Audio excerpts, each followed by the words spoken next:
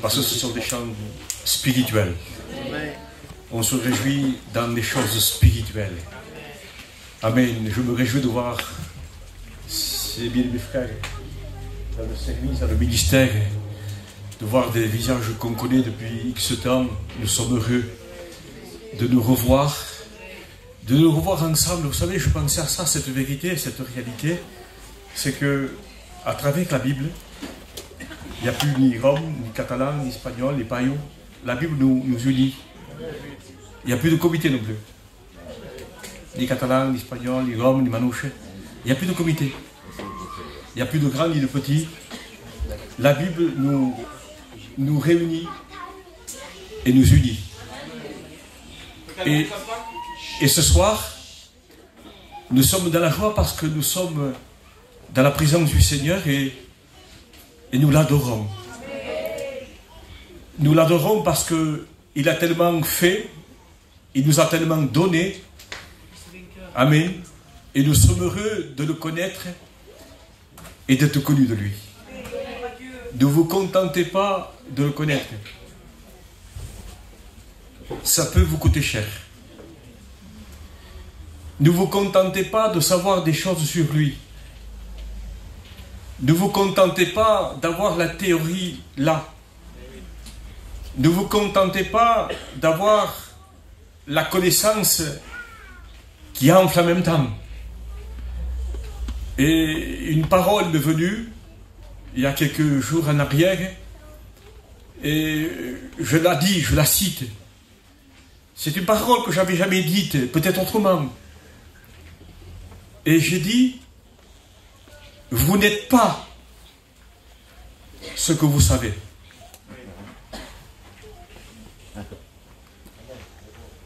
On n'est pas ce qu'on sait.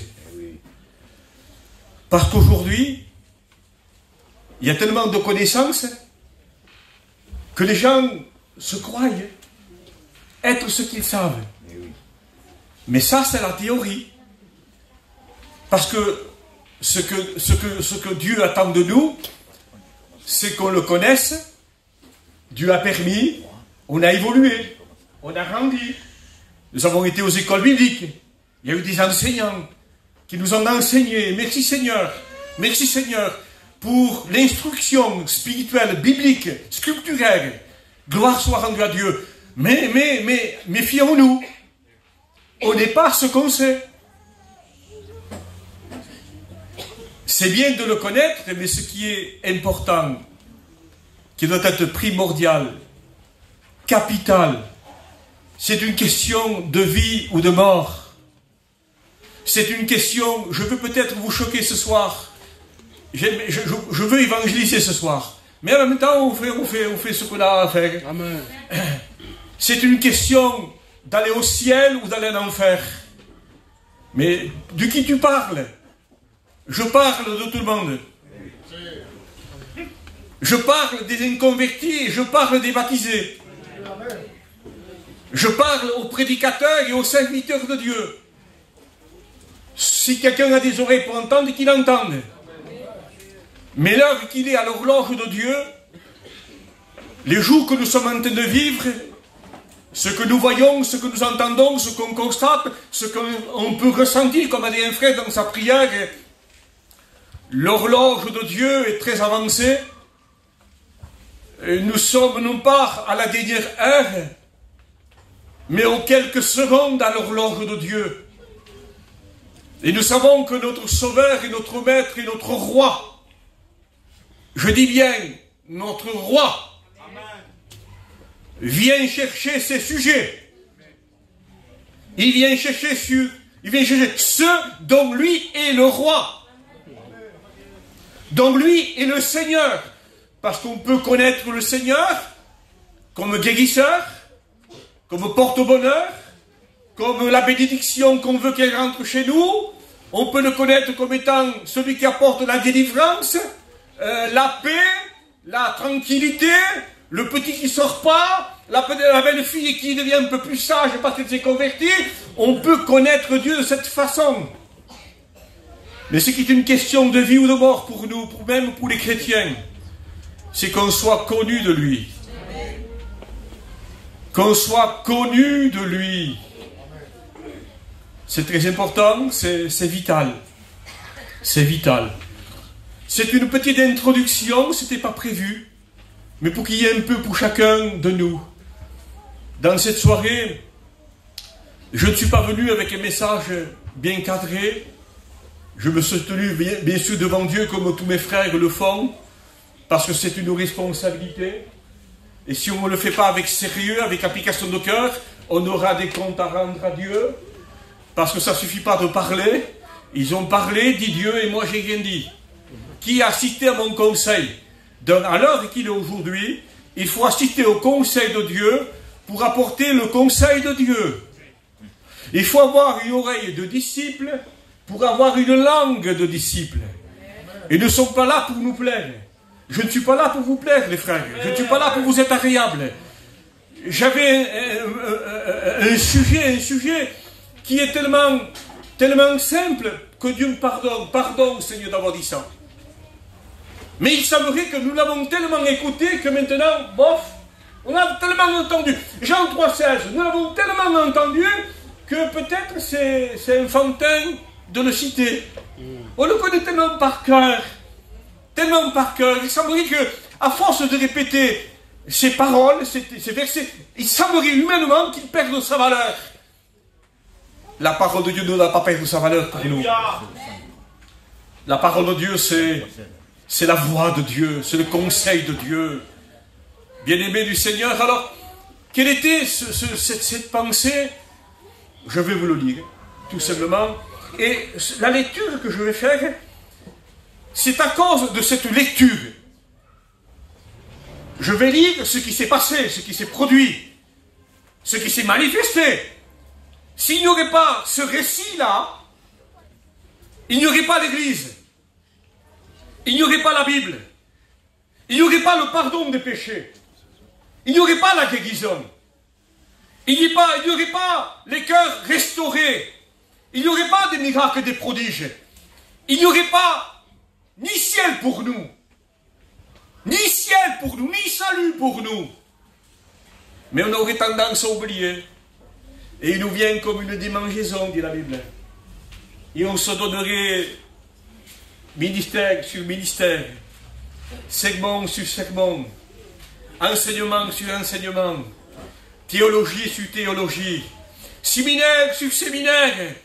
Et on se donnerait. Mais ça, c'est connaître avec la tête. Mais moi, ce que je veux, c'est connaître avec mon cœur. Aujourd'hui, je ne suis pas contre la connaissance, contre ces ministères tellement riches, que ce qui, que ce baba.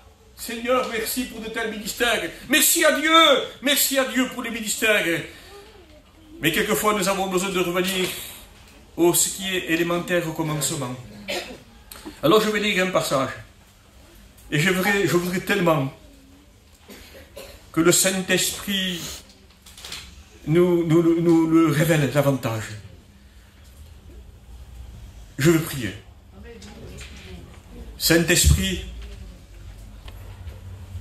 nous voulons que le Saint-Esprit nous parle de lui. Nous voulons que le Saint-Esprit nous le révèle. Il n'y a que le Saint-Esprit qui peut nous parler de ça, qui peut nous le révéler. Seigneur, nous voici devant toi. Que ce peuple soit béni. Que des âmes soient bénies. Que le Saint-Esprit prenne toute la place. Au nom de Jésus, qui est l'impact. À travers même la lecture simplement. S'il faudrait après la lecture que je m'assois.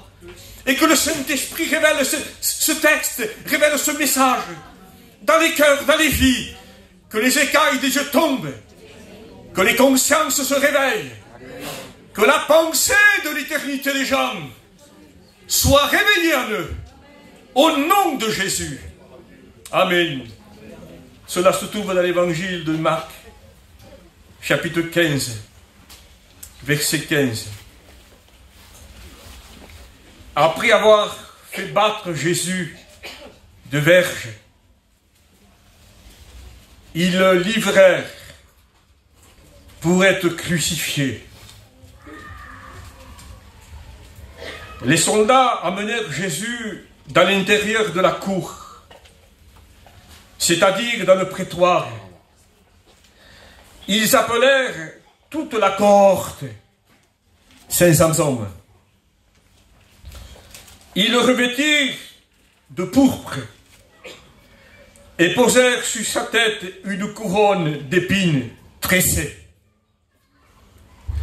Puis ils se mirent à le saluer, en lui disant « Salut, roi des Juifs !» pour se moquer de lui. Et ils lui frappaient la tête, sur la tête, ils le frappaient à la tête avec un roseau.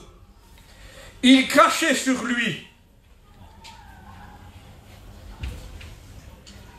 Ils fléchissaient les genoux pour se prosterner devant lui, pour se moquer, bien sûr. Après s'être moqué de lui, ils lui ôtèrent le pourpre, lui remirent ses vêtements et l'amenèrent pour être crucifié. Et je reprends verset 22. Ils conduisirent Jésus au lieu nommé Golgotha, ce qui se traduit lieu du crâne. Ils lui donnèrent à boire du vinaigre, c'est-à-dire de la myrrhe mélangée. Il ne voulut pas en boire. Ils le crucifièrent, se partagèrent ses vêtements, et tirant au sort même ses vêtements. Et quand il est dit qu'ils frappèrent sur sa tête avec un roseau, c'est parce qu'on lui a mis une couronne d'épines. Et je voudrais tellement que l'action du Saint-Esprit permette que simplement la lecture de ce passage vous suffise à un inconverti de comprendre de quel amour Dieu l'a aimé pour qu'il soit appelé enfant de Dieu. Parce que la Bible dit qu'il a donné le pouvoir aux hommes de devenir enfants de Dieu. Il donne le moyen, il a donné la capacité, la possibilité. Alléluia. Que les hommes et les femmes deviennent fils et filles de Dieu. Ce message de la croix, c'est un message, eh bien, je dirais, d'effroi. Le message de la croix a fait trembler l'enfer. Le message de la croix a vaincu la puissance des ténèbres. Le message de la croix a fait reculer la mort. Regardez ce que j'aime citer souvent quand je parle de ce thème. Eh bien, lui l'innocent, lui le parfait, lui le sans tache, il a pris nos péchés mais lui n'a pas péché. Et la mort, la reine des épouvantes, ce qui effraie la terre entière, le clochard comme le roi sur son trône, la mort qui frappe, qui rentre sans frapper, qui ne s'annonce pas, elle n'a de respect pour rien, ni pour personne, ni de l'âge. La mort était au garde à vous devant lui. Alléluia. La mort ne pouvait pas le saisir, parce que lui n'avait pas péché. Il dit, Père, j'ai tout accompli. Et il dit, entre tes mains, je remets mon esprit. Il baissa la tête et expira. C'est-à-dire, la mort est venue. La mort ne l'a pas saisi. C'est lui qui a remis son esprit. Vous comprenez ça? Vous comprenez ça? Le salaire du péché, c'est la mort. Mais lui, il n'a pas péché. Il est le parfait, l'unique. C'est vrai. Amen. Et ce soir, je voudrais faire un petit rappel. Mais qui est-il, celui-ci? Ça, c'est sa paye. C'est sa récompense. Miracle, prodige. Lépreux purifiés. Muets qui parlent. Sourds qui entendent. Morts qui ressuscitent. Estropiés qui marchent. Paralytiques qui remarchent. L'aveugle qui voit. Et pour salaire, pour remerciement, la croix de Golgotha. Mais le Seigneur ajoutait, il disait, je fais ces miracles pour que les gens croient que j'ai le pouvoir de pardonner les péchés. Je fais un miracle pour que les gens croient. C'est vrai qu'il a fait des miracles et des prodiges. Mais son message, le message qu'il était venu annoncer, le message de Dieu le Père.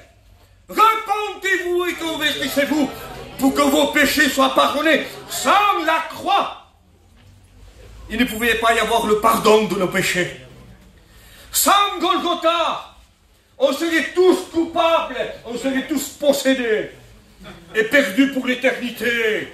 Je ne sais même pas si on serait nés, mais à cause de Golgotha, à cause du Christ crucifié.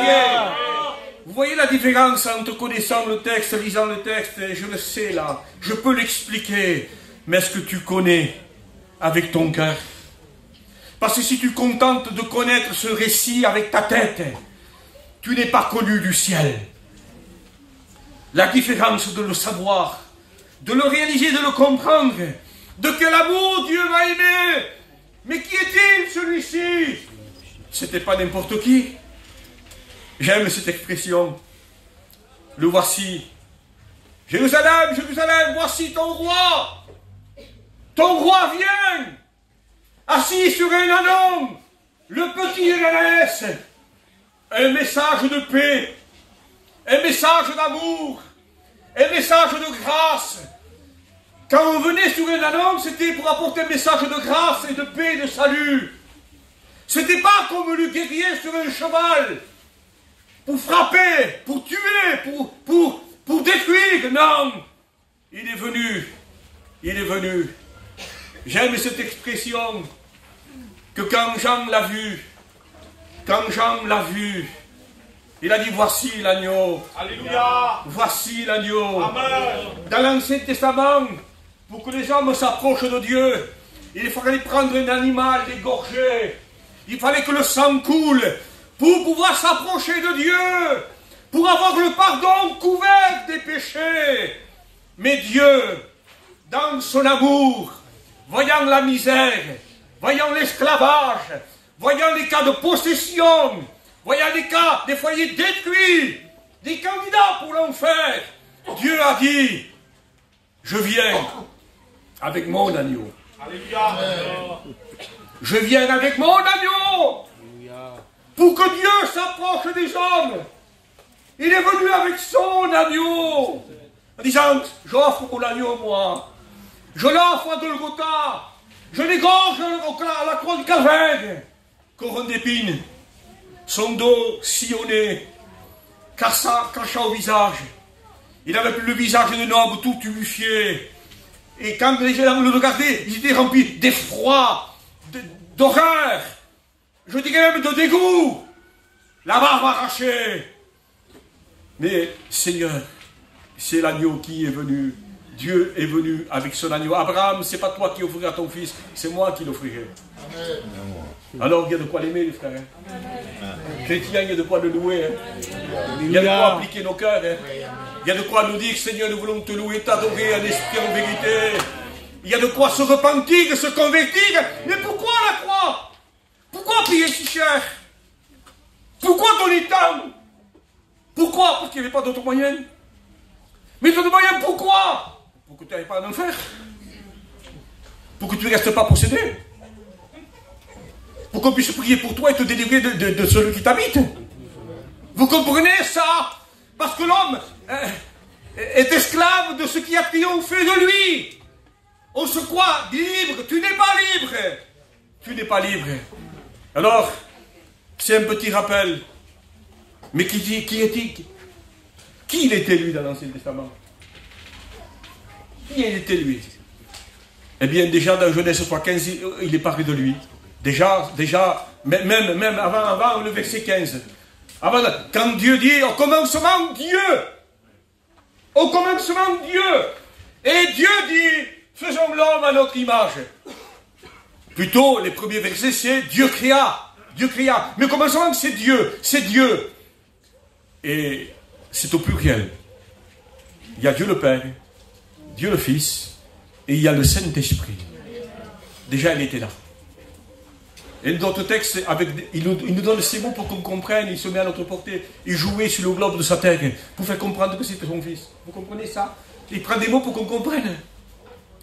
Qui était-il, lui? Déjà, dans Jean 3,15, il dira, tu as péché, il s'adresse au serpent, eh bien, pourquoi tu fais cela? Eh bien, voilà, eh bien, la postérité de la femme t'écrasera la tête. Toi, tu lui baisseras le talon par la croix, bien sûr, mais lui t'écrasera, t'écrasera. C'est ce que nous avons lu tout à l'heure.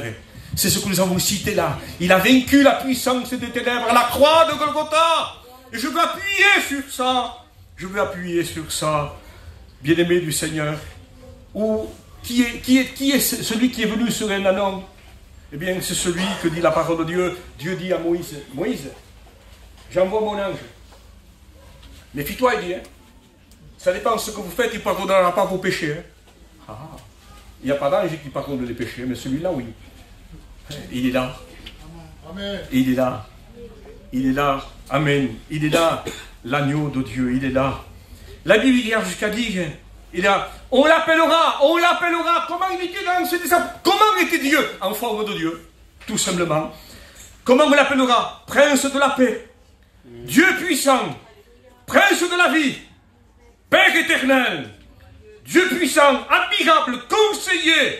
Fidèle, véritable, et juge et combat avec justice.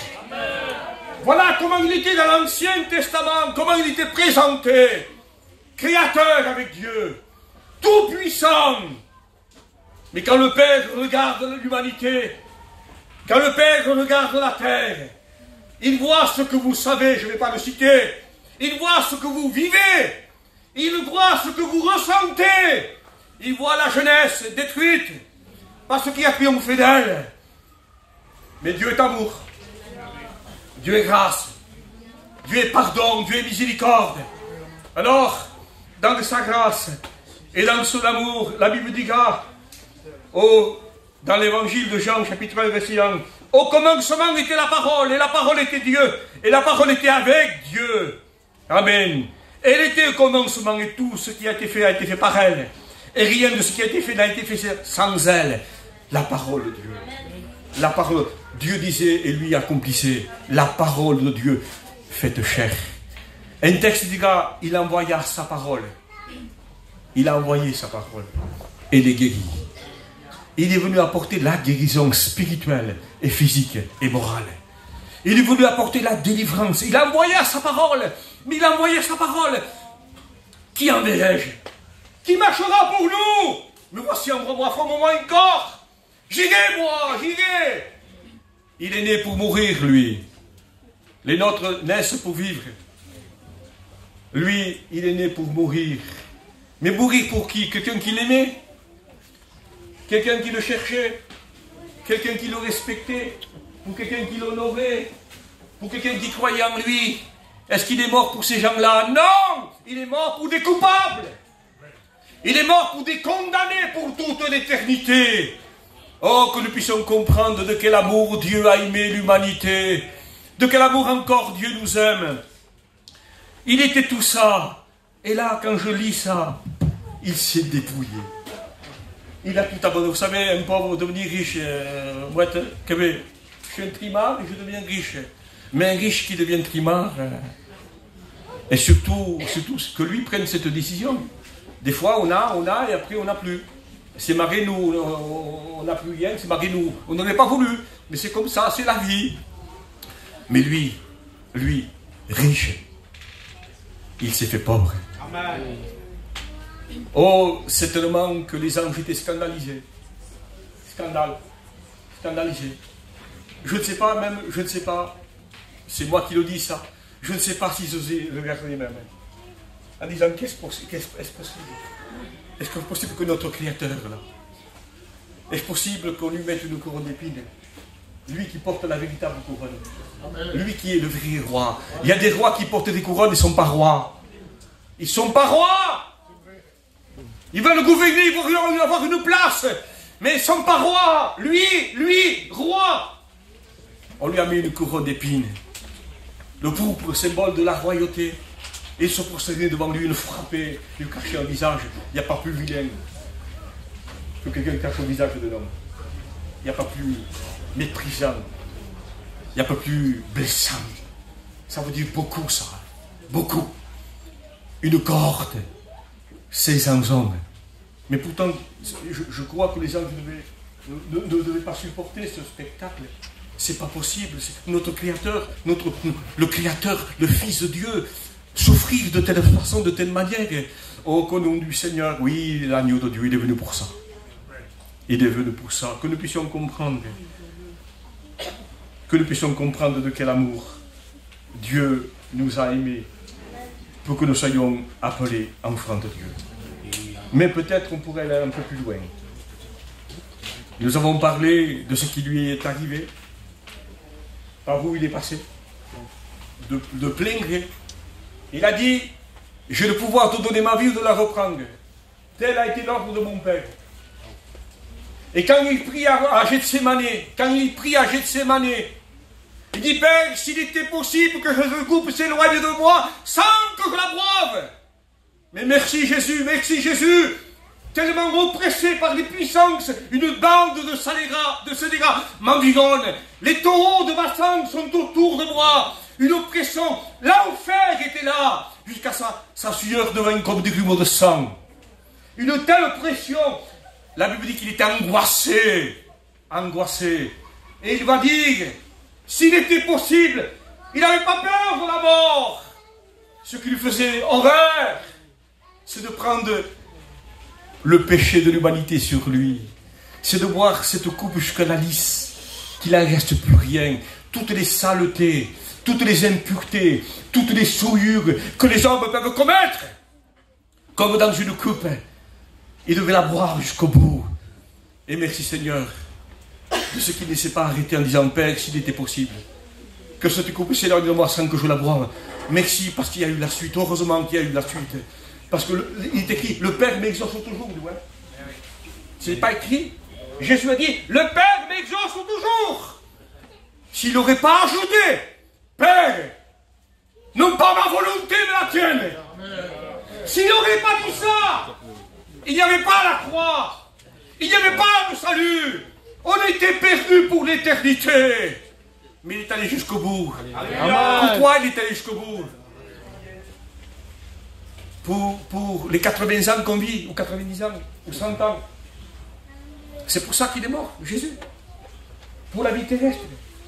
Pour qu'on soit dans la paix, qu'on dorme bien la nuit, que les enfants soient bénis, que donne-moi le permis que je travaille, Seigneur. J'ai besoin de changer ma voiture, une maison. C'est pour ça qu'il est mort, Jésus. Vous savez pourquoi il est mort, Jésus? Parce que dans ce corps que je vois ici, dans ces enveloppes que je vois ici, il y a une âme. Amen. Il y a une âme. Il y a un esprit. Il y a une âme, un esprit que, à l'heure que Dieu a fixé, parce que la Bible dit que les pas de l'homme sont comptés. Les pas de l'homme sont comptés. Combien de pas te reste-t-il à faire? La Bible dit jusqu'à dire, l'homme ne peut pas ajouter une coudée à sa vie. Je ne comprenais pas, man. Pourquoi il parle de coudée? C'est 50 cm, ça veut dire un pas de plus. Tu ne pourras pas le faire. Si tu arrives au terme des pas qui te sont comptés, ton âme va quitter cette enveloppe, va quitter ce corps de poussière, tu es poussière, tu retourneras à la poussière. Pardonnez-moi, je prêche comme si j'étais au cimetière. Mais il faut que ce soit comme ça. Oui, il faut que ce soit comme ça. L'âme va quitter un jour le corps. Et comme c'est une partie de Dieu, il a formé l'homme de la poussière de la terre. Et il était inerte, il était là, il y avait toute la matière, il y avait la masse. Mais il n'y avait pas la vie. Dieu souffle en lui un souffle de vie. Et il devient une âme vivante. Amen. C'est ça la partie de Dieu. C'est ça ce qui est éternel. Parce que ça vient de lui. L'âme et l'esprit, c'est éternel, c'est une partie de lui.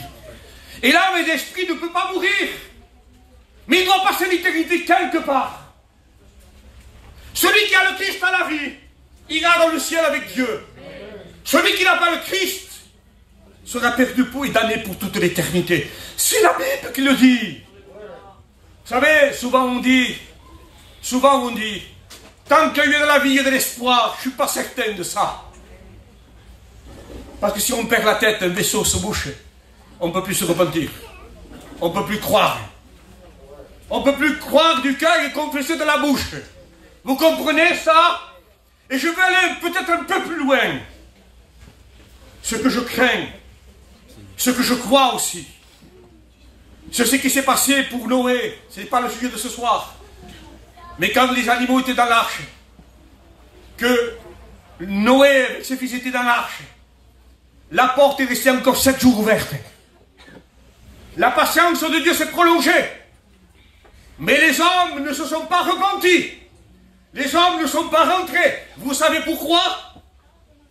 Parce qu'ils avaient atteint le point de non-retour. Qu'est-ce que je veux dire par là? Et ça doit inquiéter.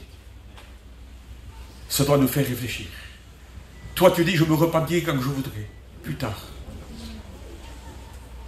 La Bible parle quand le nombre en sera complet. Alors là, il enlèvera son église. Ce n'est pas une question de chiffres. Ce n'est pas une question de quantité. Comme s'il n'y aurait pas assez de place, il faut tel chiffre, telle quantité. Non, non, non, c'est pas ça, c'est pas ça.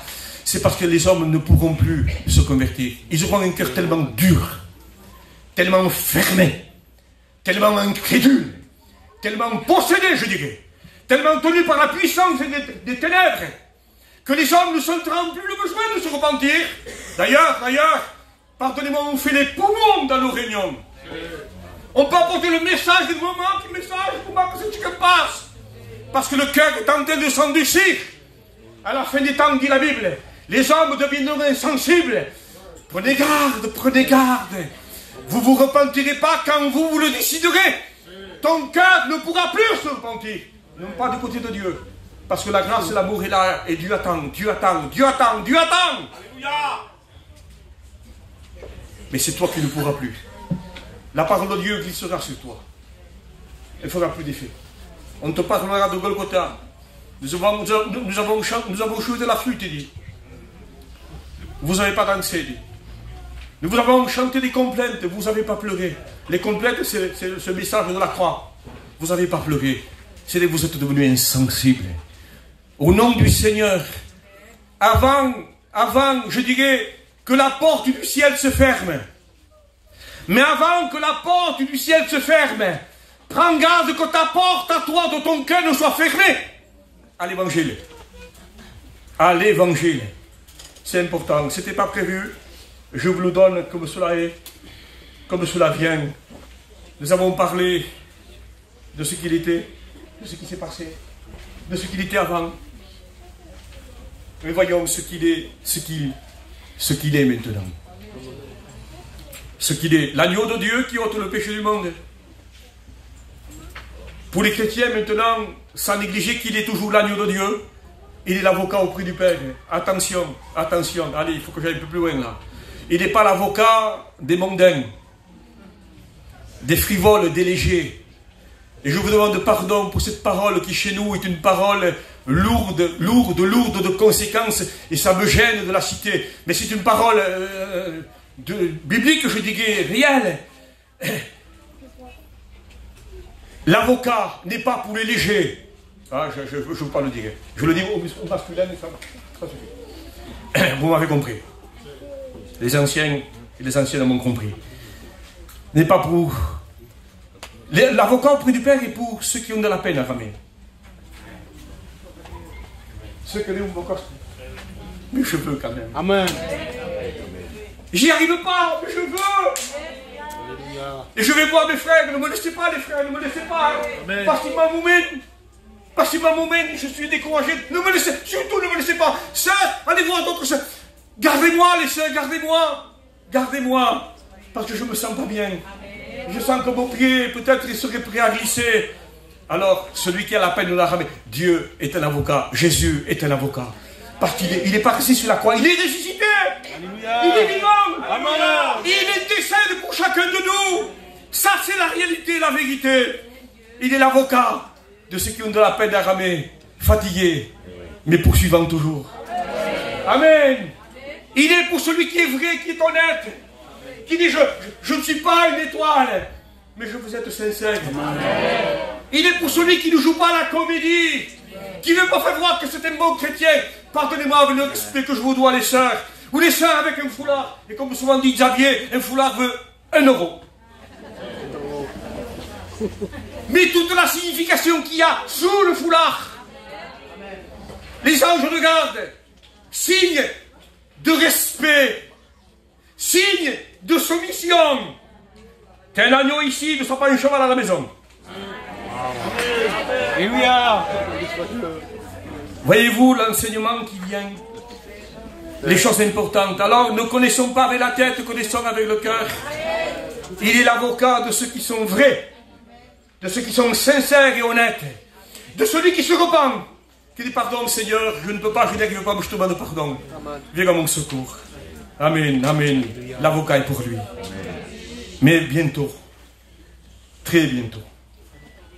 Aïe, aïe, start. Très bientôt, il va être le lion de la tribu de Juda. Très bientôt, il vient nous chercher. Très bientôt, nous allons partir à la maison. Une fois, j'étais fatigué, un peu découragé. Je me suis mis derrière l'estrade. C'était l'époque, ça. Il n'y avait pas longtemps qu'il était sorti. J'ai fait ça, j'ai dit maison, maison, maison. Eh oui, j'avais envie de partir à la maison. Les chrétiens ont envie de partir à la maison parce qu'on n'est pas chez nous. Il n'y a rien pour nous là. Au nom du Seigneur, au nom du Seigneur. Alors, il faut que je passe parce que sinon... Et là, Apocalypse, je ne vais pas tout le commenter, mais je le dis pour conclure. Hein? Apocalypse chapitre 19. Puis je vis un cheval, puis je vis le ciel ouvert et un cheval blanc. Celui qui le montait s'appelait fidèle et véritable. Et il juge et combat avec justice. Qui c'est celui-là? Qui c'est celui-là? C'est celui qui est venu sur un anneau, sur une petite laisse, avec un message de paix, de réconciliation et d'amour. Donne-moi ton cœur. Donne-moi ta misère. Donne-moi ta pauvreté. Donne-moi ton angoisse. Donne-moi tes pensées suicidaires. Donne-moi la saleté de ton vêtement. C'était l'agneau, ça. C'était celui sur un anneau, le petit de la laisse. Mais là, il vient sur un cheval blanc. Aïe, le conquérant, le vainqueur, le roi des rois, le Seigneur des seigneurs. Ses yeux sont comme une flamme de feu. Sur sa tête se trouvent plusieurs diadèmes. Il porte un nom inscrit que nul ne connaît si ce n'est lui-même. Voyez, là, il vient avec un cheval. Et il dit, ses yeux sont comme une flamme de feu. Sur sa tête, il y a une couronne. Ce n'est plus la couronne d'épines. Amen. Ce n'est plus la couronne d'épines. C'est la couronne du roi. Amen. Ça veut dire qu'on ne fera plus de lui ce qu'on veut. On ne le traitera plus comme on veut. Et la Bible dit, il est vêtu d'un manteau trempé de sang. Et son nom est la parole de Dieu. Moi, ça me rappelle. Peut-être vous allez dire, le pourpre, c'est l'image de la royauté, d'accord. Mais ça ressemble beaucoup au sang, hein, à la couleur du sang. Hein.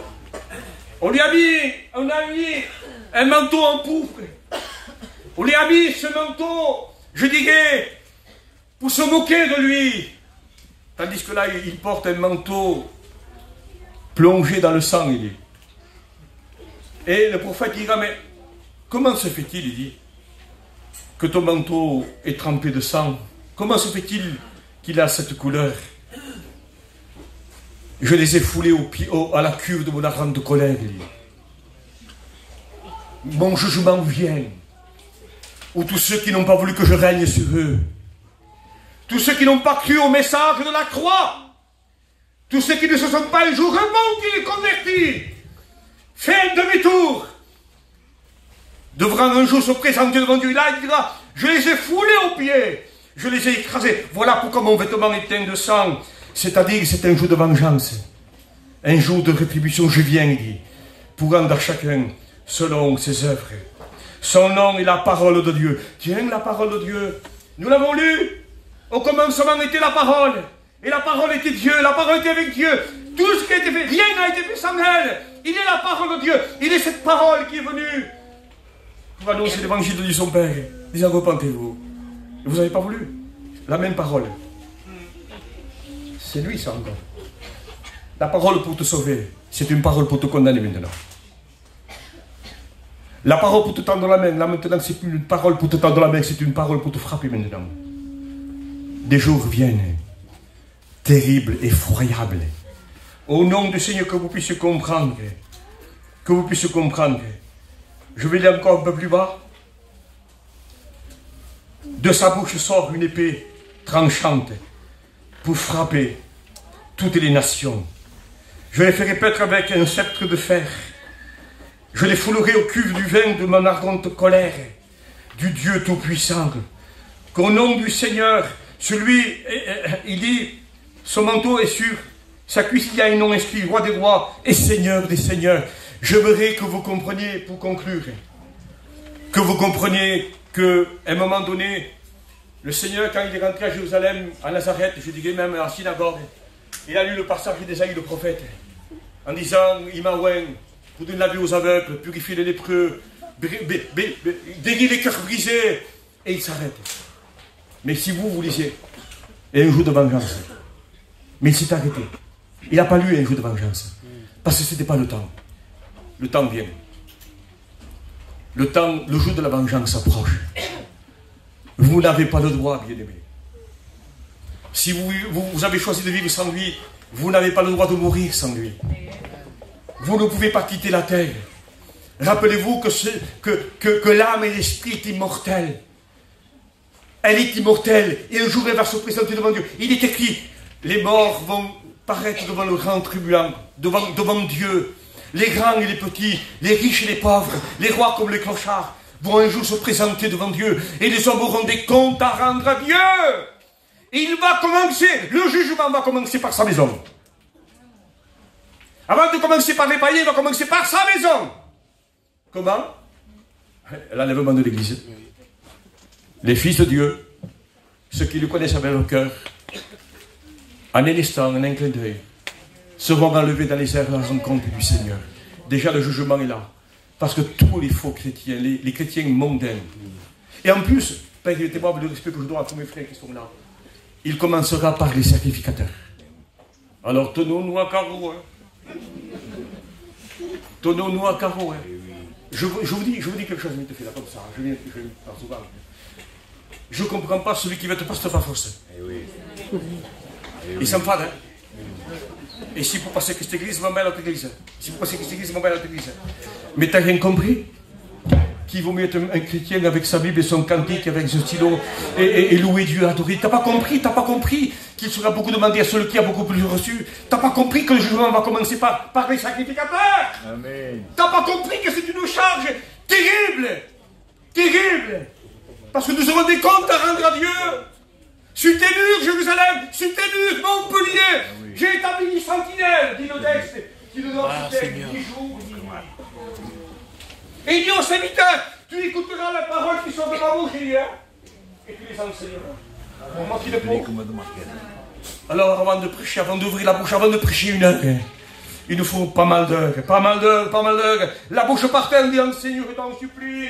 Que ce ne soit pas mon message, que ce ne soit pas une prédication, que je ne cherche pas à être noté par les gens. Oh, si je peux être un simple chrétien, j'aurais été content. Je le suis par obéissance, par soumission. Au nom du Seigneur, repentez-vous, convertissez-vous, pour que vos péchés soient effacés. Et nous, chrétiens, on aura la suite demain matin. Je laisse la place au pasteur.